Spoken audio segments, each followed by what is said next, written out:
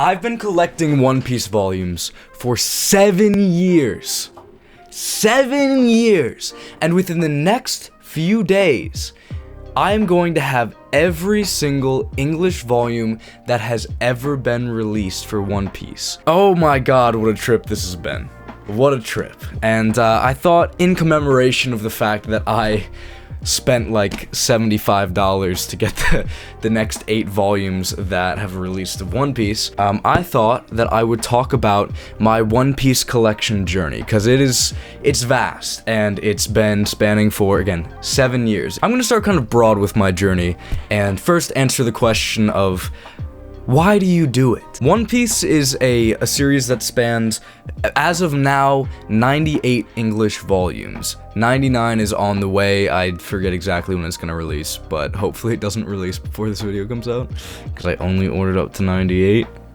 Whoopsies. But why do I do it? Why do I do it? Out of every series I could choose to pick up strictly physically and read strictly physically, I choose One Piece.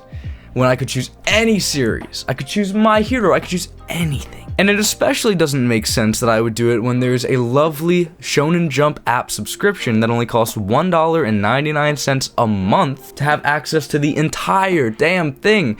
Andrew, why do you do it? And the answer is pretty simple.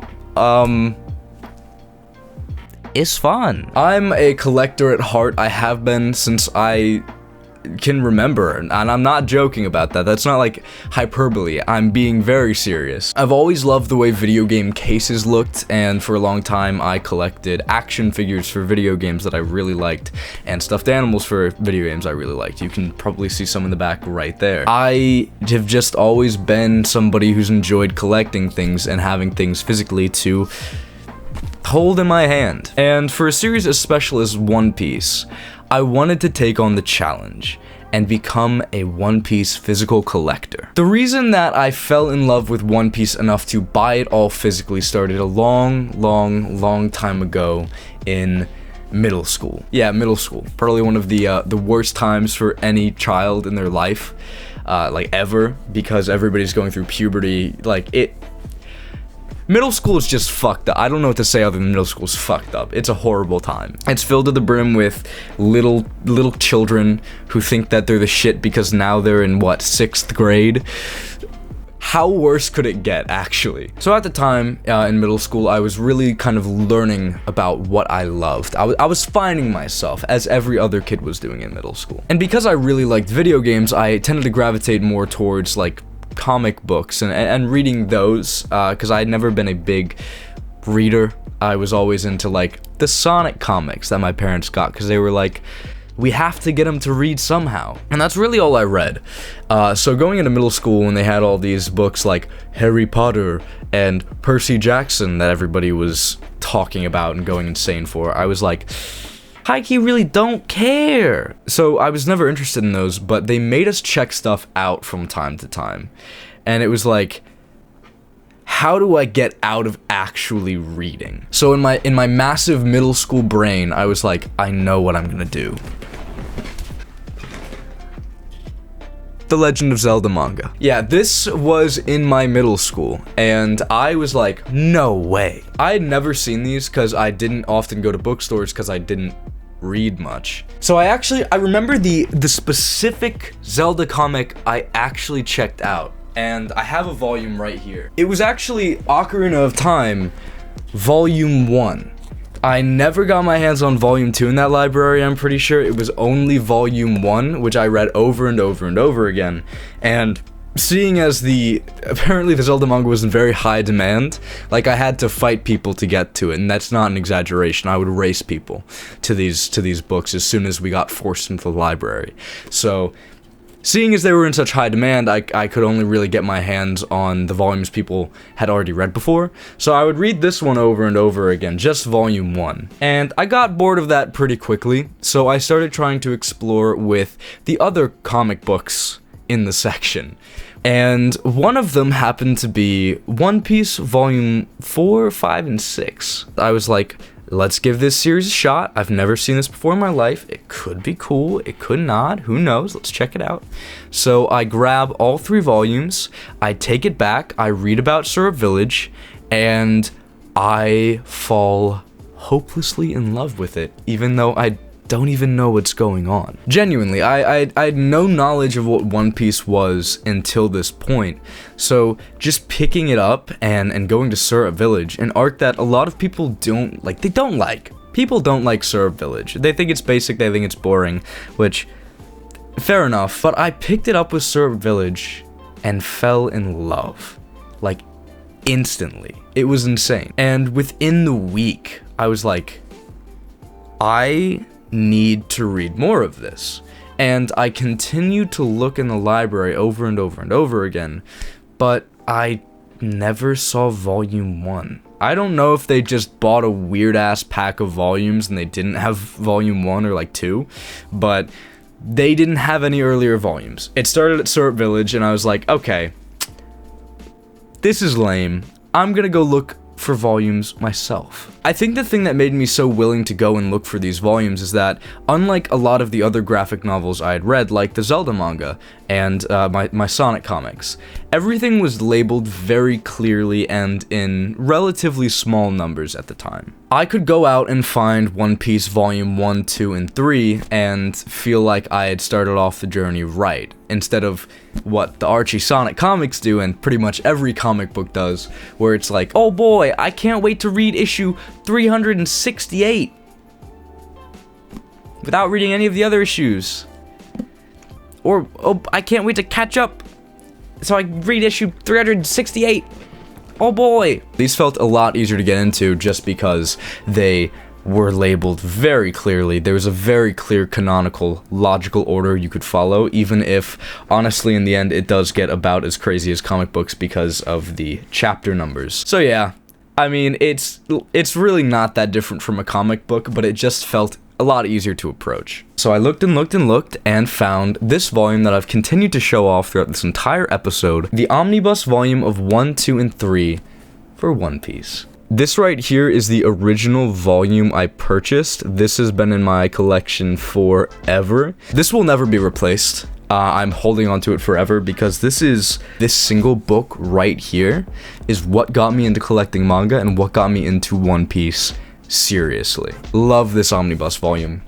I love it so much. There's just something so nostalgic about the spine too. Like, I love this spine. It's incredible. So here we are, from volume 1 all the way up to the imaginary volume 98 I'm holding in my hand right now. Wow, that's pretty. Now that I've gotten through the hell that was middle school and explaining how that developed into my One Piece addiction, I want to talk about collecting One Piece as a manga. Because surprisingly, it's a lot more difficult than you think it would be. The biggest manga and anime in Japan, period. Sorry, Dragon Ball, period. The biggest manga and anime in Japan superseded fucking Batman. We are above Batman now, One Piece fans. Rise up. You'd think it'd be easy to find every single volume out there. And the answer to that is absolutely not. Most of the earlier volumes cost a lot now. I'm not saying they're like insane money, but they're not like cheap either. Paperbacks for volume 5 are going for like $15, which is the price of one 3-in-1 omnibus. It's a lot for a single volume. And if you think that you can just get into One Piece with the omnibus, think again. Some of these omnibus are starting to go for just way too much. Just straight up way too much. The first omnibus isn't too bad to get, but now it's about $20. The omnibus for East Blue 10, 11, and 12 is $28.62, and that's not even remotely the worst price you're gonna find. My collection has this big gap of single volumes, and the reason for that is I kind of outran the omnibus releases, so I was like, I'll just get single volumes and it'll be fine. Now that I want to kind of fill in those gaps with the omnibus volumes just so I can have a nice, clean, coherent look to my setup, I can't buy those anymore. They're out of stock everywhere, and when we get to New World, there's even issues with that. The omnibus volume for 87, 88, and 89 is just impossible to find. I think it costs on Amazon like $99.99, some complete and utter scumbag is just selling it for this crazy price that nobody should have to pay for this. And even when I do find a volume that I've been looking for a long time, this one right here, this omnibus volume, 79, 80, and 81, this volume right here, turns out they lied to me. It's actually volume 28. It's volume 28. 28, 29, and 30. Now, luckily I did order this off Amazon, so they're going to send me a replacement copy and I don't have to send this one back in. So hopefully they'll get it right the second time, and if they don't, I'm just gonna go the single volume route. I give up. But long story short, the omnibus route is no longer viable because you either A, have to be so deep into it already that you are caught up to all of the omnibus volumes, so you can just buy them as they release and not have to worry about them going out of stock. Or 2, be prepared to pay prices that no human should ever pay for any book ever.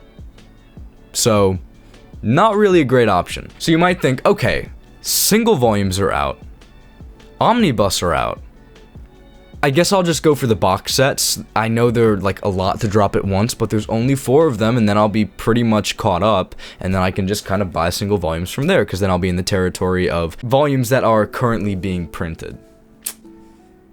All of those are out of stock too, so unless you want to go paying $200 to $600 for One Piece box sets, that's not a viable option either. So really, you're only left with reading it on the Shonen Jump app or reading it elsewhere, which makes collecting One Piece manga physically pretty much impossible. Like, it shouldn't be this hard. Viz seems to have this issue of manga not going back in stock. I don't understand. It just doesn't make a whole lot of sense. I wish that they would produce more for a manga that is as popular as One Piece is, to make it even mildly more accessible. Like, why is the Omnibus 3-in-1 edition out of stock? That should never be out of stock. The easiest jumping point into the series is out of stock. And it has been for a while. Like, what are you doing? So, I guess I'm really glad I got into collecting One Piece when I did, because otherwise this would be way more difficult than it needs to be. At least we have the beginning of the Wano omnibuses. I think these look really cool. I've really been digging the Wano spines. I think they look incredible, and this is no different. I really love the way this is going. So now I am on the single volume route instead of the omnibus route. I will pick up omnibus as they come out just to kind of have a uniform look to the collection, but I'm also going to be purchasing single volumes so that I can actually continue to read it physically, and I think it'll also just be neat to have a bunch of single volumes in the collection, and whenever I'm done with One Piece, whenever it stops, whenever the fuck that may be, I can start filling in the blanks and hopefully have a complete single volume and complete omnibus collection. Wouldn't that be neat? So, 7 years into collecting One Piece volumes physically. 7 full years. And I have a pretty great collection of manga to show for it, and I'm really happy about that. But it's pretty saddening to me that Viz's production line is so wonk that, and that's putting it mildly, wonk is putting it mildly. I think it's sad that Viz's production is so wonky that it's this difficult for people to get into One Piece. One of the biggest manga and anime just ever. People won't be able to experience the same journey I did, and they are providing alternatives, so it's not that big of a deal. If you want to read One Piece officially, you can read One Piece officially. It's not like it's impossible. They have the app. They give you access to these chapters somehow. It's just, you know, it's sad. It's sad that people can't go out and they can't just buy a simple book like this and experience the same 7-year-long experience I've had if they want to. I know some people don't want to, but if they want to. Either way, I've had a lovely time purchasing and experiencing One Piece. If you are interested in checking out my collection even further, I am going to be doing a video about it eventually. Not exactly sure when that's going to come out, but it should come out sooner rather than later. But I also had updates to my collection on Instagram and Twitter, so if you want to go check those out, you can. But I'm also probably going to throw TikTok into the mix eventually. Oh boy, a lot of people are seeing success on there, and I think it would be a great place to just show updates to my collection or flex it whenever I feel like it. You know, whatever comes first. So check me out on whatever links I have in the description down below, or link to my channel if you want to see more content like this. Subscribe. Do it. I'll catch you in the next video. Peace.